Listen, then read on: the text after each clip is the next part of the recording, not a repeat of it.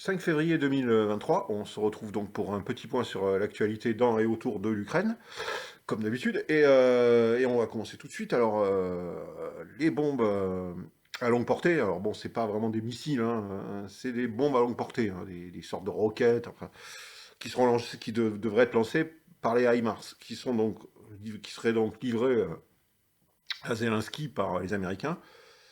Bon, alors, ce serait dans l'idée les Américains le déclarent eux-mêmes, avec ça, les Ukrainiens pourraient viser la Crimée. Voilà. Mais bon, 150 km de portée, vu la ligne de front donc sur le Dniepr, 150 km, c'est juste à la limite de la Crimée. C'est pas vraiment, on ne pourra pas toucher Sébastopol, du moins de la ligne de front, avec ce genre de bombe guidée, donc GLDBS. Hein. Bon, alors, mais selon le New York Times, alors j'ai un peu potassé le sujet pour voir un peu ce qu'ils s'en disaient. Alors, dans le New York Times, on nous apprend que ce sera pas avant 6 mois à 1 an que ces missiles, enfin non pas des missiles, ces bombes à longue portée seraient livrées. Donc, parce qu'elles doivent d'abord être fabriquées, elles sont assez simples, assez faciles à fabriquer, pas très chères, 40 000 dollars pièce. Hein. 40 000 dollars pièce, bon, c'est comparé à d'autres, aux drones ou à des missiles, etc., beaucoup plus perfectionnés, c'est pas très cher. Mais voilà, en 150 km, c'est vraiment, c'est pas vraiment suffisant pour viser la Crimée. En tout cas, ne seraient pas livrés en 6 mois à 1 an, hein, selon le New York Times, hein, puisque bon, il faut d'abord les fabriquer. Bon. Alors Medvedev a été interviewé sur le sujet, et donc Medvedev, l'ancien président qui avait fait l'intérim de Poutine et qui a pas mal de réparties assez cinglantes depuis le début de ce conflit. Alors, il a été interviewé, on lui a posé la question sur donc c'est bombe à longue portée. Alors si Kiev, alors la question de Nadana Fredriksson, si Kiev, avec la permission des États-Unis, commence à frapper la Crimée ou profondément en Russie, quelle peut être votre réponse? Alors Medvedev a répondu, notre réponse peut être n'importe quelle réponse. Le président de la Russie en a parlé très clairement. Nous ne nous fixons aucune restriction et selon la nature des menaces, nous sommes prêts à utiliser tous les types d'armes, conformément à notre doctrine. À noter. Y compris les principes fondamentaux et de la dissuasion nucléaire. Je peux vous assurer que la réponse sera rapide, ferme et convaincante. Bon. Voilà, bon alors évidemment il y a le mot nucléaire dedans, donc tous les médias ont sauté dessus, mais ce qui note moins, c'est qu'il y a bien écrit selon nos principes et selon notre doctrine, hein, conformément à notre doctrine. Donc on n'utilisera pas n'importe comment, voilà. Bon, c'est assez clair. Hein. Donc voilà, bon, bah, Zelensky veut 300 chars tout de suite. Alors il a fait après la visite de l'équipe d'Ursula avec Charles Michel, l'inénarrable Charles Michel à Kiev. Bon, ils se sont tous embrassés, ils se sont fait la bise dans les grandes rigolades avec le drapeau européen et tout. Bon, tout ça est un peu indécent quand on sait que le même Zelensky là, que nos eurocrates sont venus embrasser chaudement, envoie les Ukrainiens à la mort en permanence à Bakhmut et il n'a pas l'intention de s'arrêter, hein, vu qu'il l'a dit lui-même. Hein. Et il voudrait 300 chars tout de suite, et au plus tard au printemps, Hein. Et pour lancer sa grande contre-offensive, hein, évidemment. Ouais. Mais pour l'instant, il ne voit venir que 70 à 80 Léopard 2 et Challenger. Hein. Pour le moment, voilà. Le reste, c'est l'Allemagne qui a décidé d'autoriser la livraison de Léopard 1. Des Léopard 1. Léopard 1, c'est un vieux char préhistorique allemand des années 50, hein, prédécesseur donc du 2. C'est un char hyper vieux qui était en service dans l'armée allemande dans les années 60. Hein, je veux dire. et dont il a été élaboré dans les années 50. Et le blindage de ce char est fin, c'est vraiment un blindage qui n'a aucune résistance face aux armes modernes d'aujourd'hui, et qui serait vite, bon, ce sont des Léopard 1, ce sont des chars qui se transforment très vite en barbecue, avec des pauvres Ukrainiens à l'intérieur. Enfin, ça montre encore une fois le mépris dans lequel tous ces eurocrates tiennent ces pauvres Ukrainiens qui vont aller mourir dans ces vieux machins. C'est dégueulasse. Voilà, je suis désolé pour le langage, mais c'est assez vomitif. Alors, alors, ils se sont embrassés, etc. Et Zelensky, dans la conférence de presse qui a suivi, donc, a parlé donc, du fait qu'il était tellement pressé de recevoir ces 300 chars. Apparemment, 300 chars, ça devrait suffire pour faire une grande offensive. Bon, c'est ridicule. Mais il a bien dit, il n'y aura pas de retrait de Bakhmut. Il n'y aura pas de retrait de Bakhmut. Je l'imite, hein. Mal, mais c'est ça, je vois quand même que c'est assez, ça ressemble un peu. Bon, alors voilà, il continue à s'acharner, on voyait des gens mourir dans ce presque chaudron, et il reste plus qu'une très petite voie d'accès qui est encore à l'abri. Bon, euh, c'est c'est vraiment... c'est une catastrophe pour l'Ukraine. Mais je vois pas vraiment l'intérêt, hein, et je vois pas vraiment d'ailleurs qui lui donne ces instructions, ou si c'est vraiment sa propre initiative, parce que je pense que, parce que j'ai pu constater que le Pentagone et les néocons ont commencé à dire, bon, faudrait peut-être laisser tomber Bakhmut, parce que ça coûte cher et c'est impossible à défendre. Mais bon, Zelensky, apparemment, pour lui, c'est une histoire d'honneur. Bon, je pense que perdre Bakhmut, ça voudrait dire, voilà, pour son opinion publique, ça serait vraiment, dans son idée, ça serait vraiment la preuve d'une défaite annoncée, bon, ce qui n'est pas forcément faux, mais bon. En tout cas, le hachoir à viande continue à faire son effet.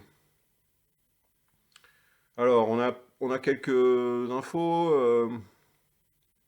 Alors oui, bon, bah, je continue avec notre ami le Z, Zelensky. Alors, il a déclaré que nous pensons qu'il y aura une pression accrue à l'Est.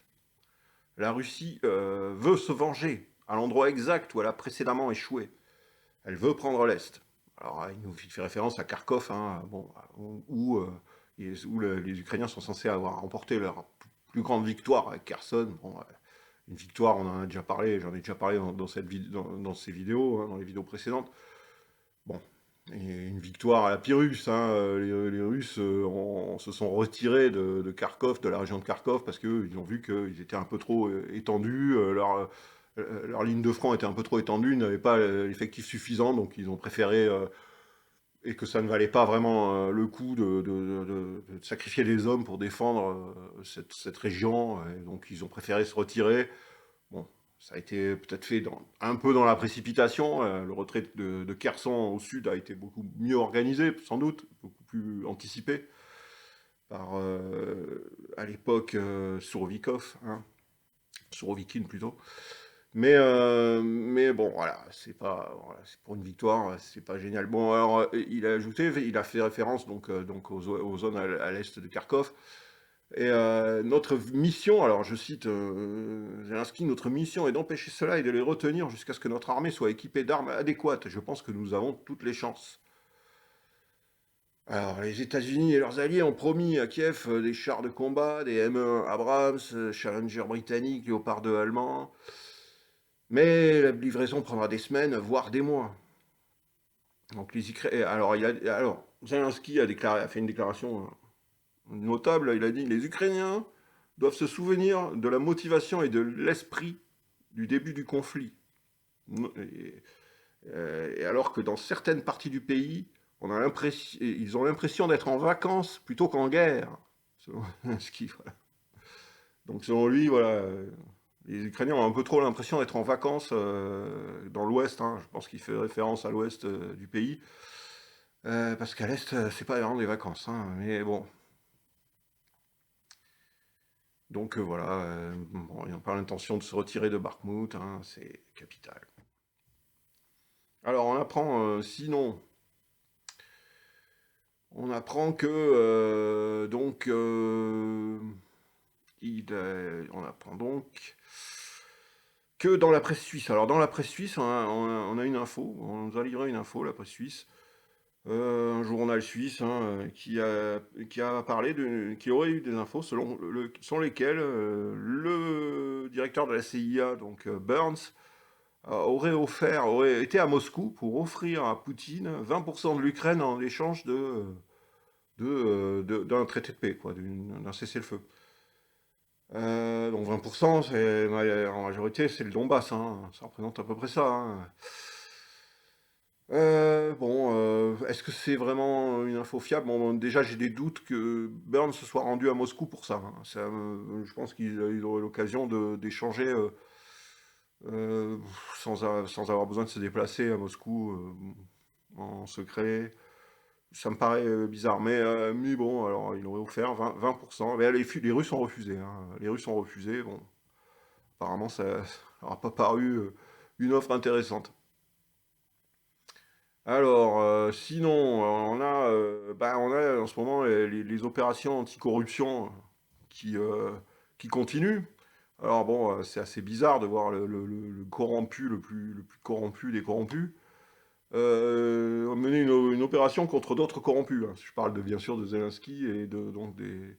Alors là, deux oligarques ont été visés par des enquêtes pour corruption, par des perquisitions, et deux oligarques vraiment proches de Zelensky, Avakov, ancien, je crois, ancien gouverneur de la région de Donetsk, et Kolomoïski, ancien gouverneur de la région de Dniepropetrovsk, Dniepro, euh, pour les Ukrainiens.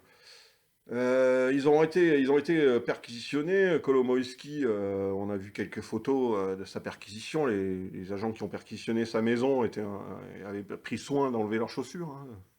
C'est assez surprenant d'ailleurs, en chaussettes donc. Et bon, Kolomoïski, il est parti, hein, depuis. Vous inquiétez pas pour lui, il est en Suisse. Ce monsieur a plusieurs passeports. Il a le passeport israélien, le passeport ukrainien, il a le passeport euh, suisse, je suis pas sûr, mais enfin bon, il en a plusieurs, hein. Je crois que Suisse, il a été refusé d'ailleurs. Mais il a plusieurs passeports, donc il n'y a pas de, il y a pas de souci pour lui. Il est en réfugié, il est en sécurité dans son chalet en Suisse, hein. Donc bon. Enfin, ça interroge quand même de voir des proches, vraiment proches de Zelensky, se faire comme ça poursuivre. Soit Zelensky veut les écarter, veut mettre vraiment la main sur son truc, soit c'est plutôt mauvais pour lui, soit ça vient d'ailleurs et on essaye de l'atteindre à travers ces gens, puisque Kolomoïski, c'est quand même celui qui a fait Zelensky, hein. Kolomoïski, c'est le grand patron de la chaîne de télé où Zelensky faisait ses sketchs inoubliables, jouant du piano à queue, etc. Donc Kolomoïski a fait, bon, il avait été candidat perdant contre le prédécesseur Poroshenko, donc Kolomoïski, et donc voyant que bon, il ne pouvait pas se faire élire, il a fabriqué sa marionnette Zelensky, qui était un peu sa chose, hein. Et là, il est un peu sous pression, sous enquête. Alors bon, ça peut se poser des questions, mais c'est intéressant. Alors, on a vu aussi un article du Guardian qui confirme. Alors, le Guardian, c'est un peu l'équivalent du Monde en Angleterre, hein, enfin, dans les îles britanniques, et donc c'est un journal donc très pro-ukrainien, hein.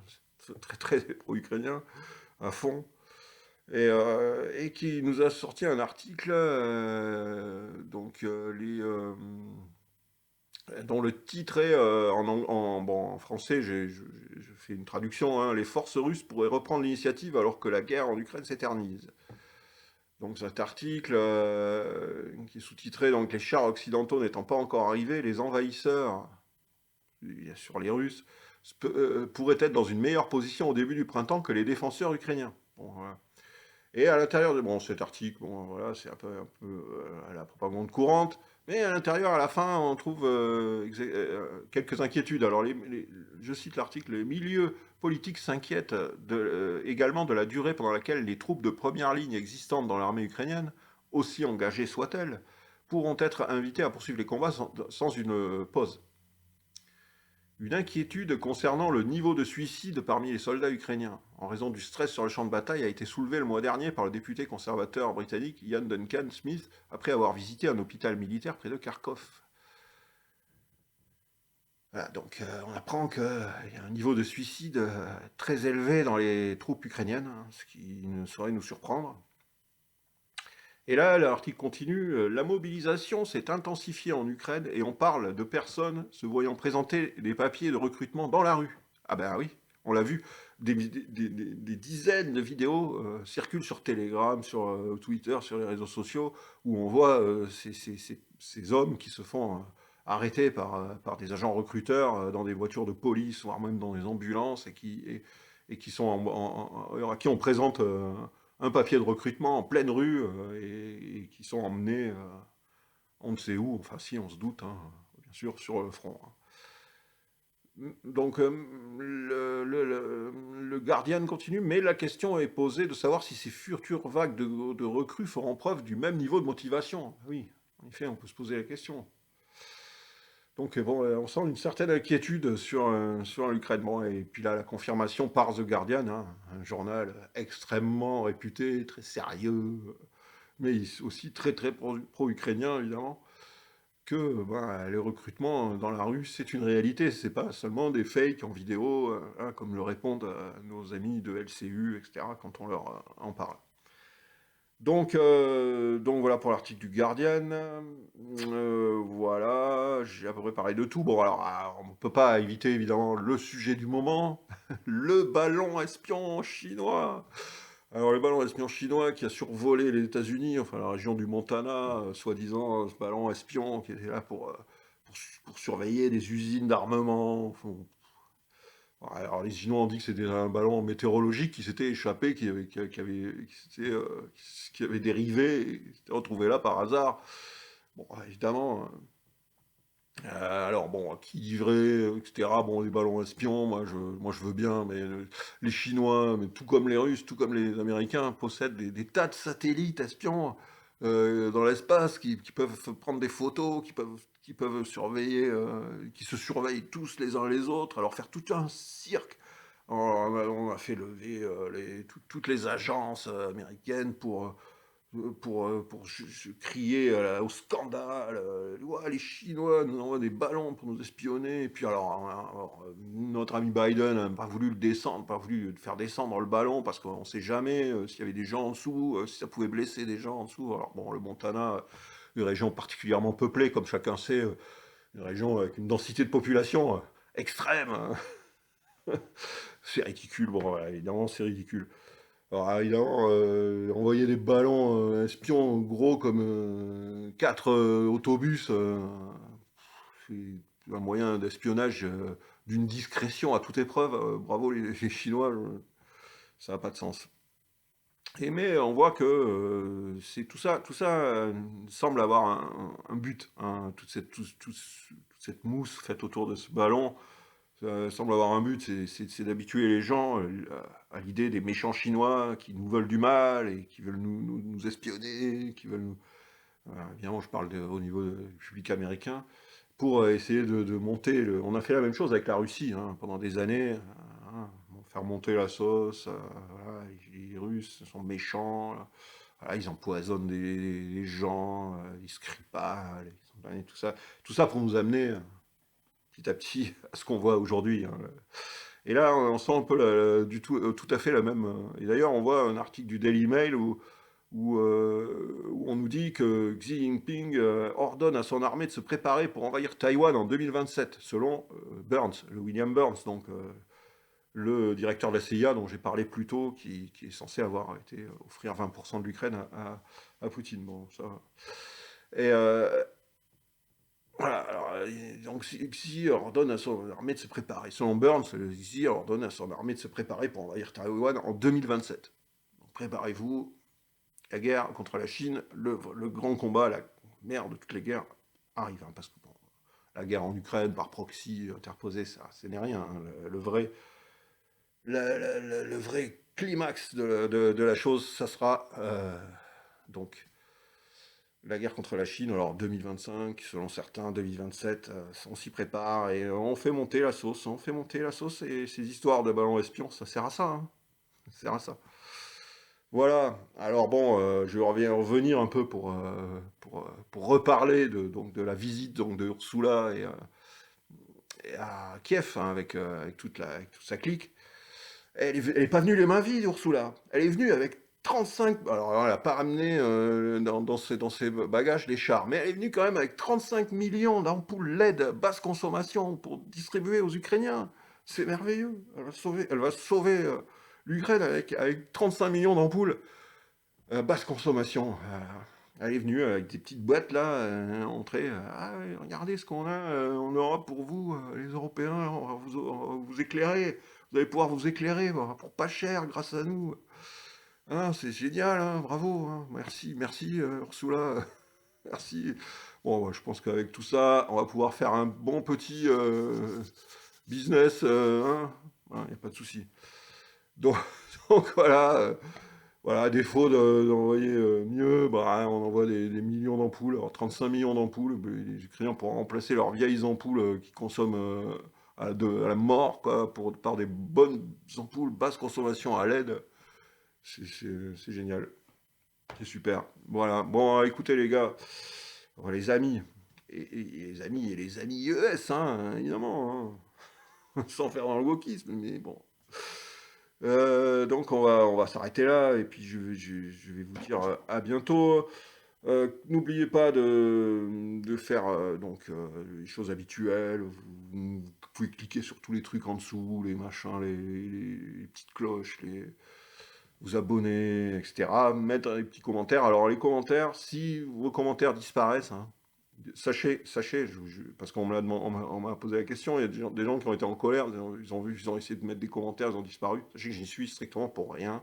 C'est YouTube qui efface des commentaires. Je ne sais pas sur quelle base, si c'est des algorithmes, si c'est des petits modérateurs qui regardent mes vidéos, qui regardent les commentaires sous mes vidéos et qui les effacent dès que quelque chose pourrait leur déplaire. Alors faites attention dans vos commentaires, d'éviter d'employer des mots un peu machin, parce que moi j'y suis pour rien, hein. Moi j'efface aucun commentaire, mais, euh, mais YouTube, lui, YouTube le fait. Donc sachez que ce n'est pas de mon fait, ne m'en voulez pas si votre commentaire disparaît.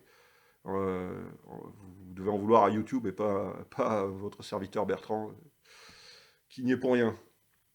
Eh bien, voilà, vous pouvez toujours suivre le compte Twitter de Jacques Frère, aussi le blog de Sylvain Ferreira, donc Veille Stratégique, hein, le blog Veille Stratégique, excellent, pour tout savoir, et puis le blog Noir de Brocéliande, mon propre blog, pour avoir aussi quelques infos intéressantes. J'ai publié des infos, bon, le groupe Mozart qui a été démantelé parce que évidemment le million de dollars qui avait été envoyé par les donateurs, les généreux donateurs, a été englouti. Alors bon, on nous a sorti comme prétexte qu'il y avait des problèmes d'alcool, que les soldats allaient dans les bars à prostituées de Kiev, etc. Bon, évidemment, tout ça pour nous dire que bon bah l'argent a disparu, votre argent, tous ceux qui ont donné pour cette noble cause d'aller combattre, d'envoyer un groupe de mercenaires Mozart à envoyer se battre face à Wagner. Bon, ils n'étaient pas bien nombreux, c'était en plus des vieux retraités de l'armée, hein. Et bon, ils ont un peu trop picolé, bon, on les a renvoyés. Mais bon, voilà, bon, ça, vous pouvez le trouver sur le blog, j'en ai parlé, j'ai aussi publié quelques articles, quelques traductions, vous pourrez les voir. N'hésitez pas à y aller, et on se retrouve bientôt pour une nouvelle vidéo. Ciao.